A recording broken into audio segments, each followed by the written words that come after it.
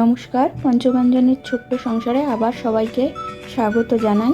আজকে আমি বানাবো বাঙালির খুবই প্রিয় একটি ঐতিহ্যবাহী মাছের রেসিপি, দই কাতলা। টক দই আর সুগন্ধি মশলার মিশেলে এই রেসিপির স্বাদ সত্যিই অসাধারণ। তো চলুন রেসিপিটি শুরু করা যাক। প্রথমেই আমি নিয়েছি 5 পিস মতো কাতলা মাছ। মাছটাকে প্রথমে নুন এবং গোলমরিচের গুঁড়ো দিয়ে ম্যারিনেট করে রাখলাম। এরপর মিক্সিতে দুটো মাঝারি সাইজের পেঁয়াজ পেস্ট করে নিলাম, আর পেস্ট করে নিলাম কাঁচা লঙ্কা, রসুন এবং আদা। কয়েকটা কাজু বাদাম নিয়ে সেটারও একটা পেস্ট বানিয়ে নিলাম।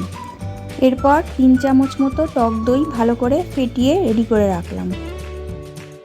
একটি প্যানে সর্ষের তেল গরম করে তার মধ্যে আগে থেকে ম্যারিনেট করা কাতলা মাছগুলো ভালো করে ভেজে তুলে রাখলাম।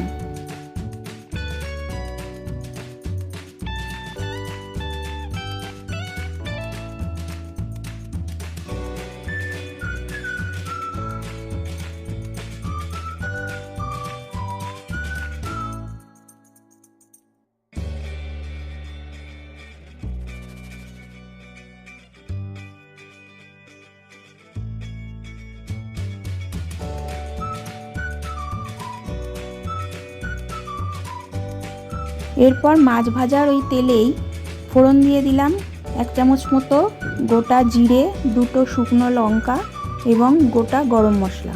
ফোড়ন থেকে ভালো গন্ধ ছাড়তে শুরু করলে দিয়ে দিলাম আগে থেকে পেস্ট করে রাখা পেঁয়াজ বাটাটা। দিয়ে দিলাম স্বাদ মতো নুন। পেঁয়াজটা একটু ভাজা ভাজা হয়ে আসলে এর মধ্যে দিয়ে দিলাম আগে থেকে পেস্ট করে রাখা আদা, রসুন এবং কাঁচা লঙ্কার পেস্টটা। সব কিছু ভালো করে কষিয়ে নিলাম। এরপর এর মধ্যে অ্যাড করলাম ধনের গুঁড়ো এবং জিরার গুঁড়ো। এরপর এর মধ্যে সামান্য পরিমাণ জল দিয়ে মশলাটাকে ভালোভাবে কষাতে থাকলাম। কিছুক্ষণ ঢাকা দিয়ে রাখলাম যাতে মশলাটা ভালোভাবে কুক হয়ে যায়। এরপর এর মধ্যে মিশিয়ে দিলাম আগে থেকে পেস্ট করে রাখা কাজু বাদাম। কাজু বাদামের পেস্টটা মশলার সাথে খুব ভালোভাবে মেশানো হয়ে গেলে এর মধ্যে দিয়ে দিলাম আগে থেকে ফেটিয়ে রাখা টক দই।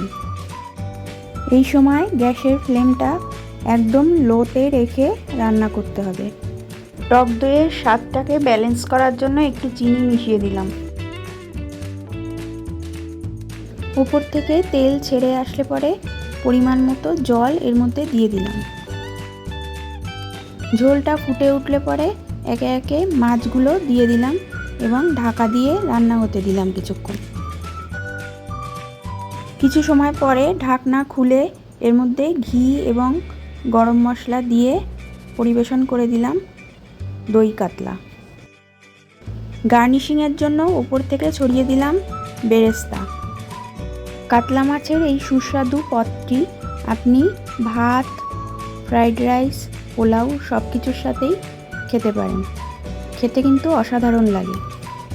রেসিপিটি একবার বাড়িতে বানিয়ে এইভাবে দেখতে পারেন। কেমন লাগলো কমেন্ট করে জানাবেন।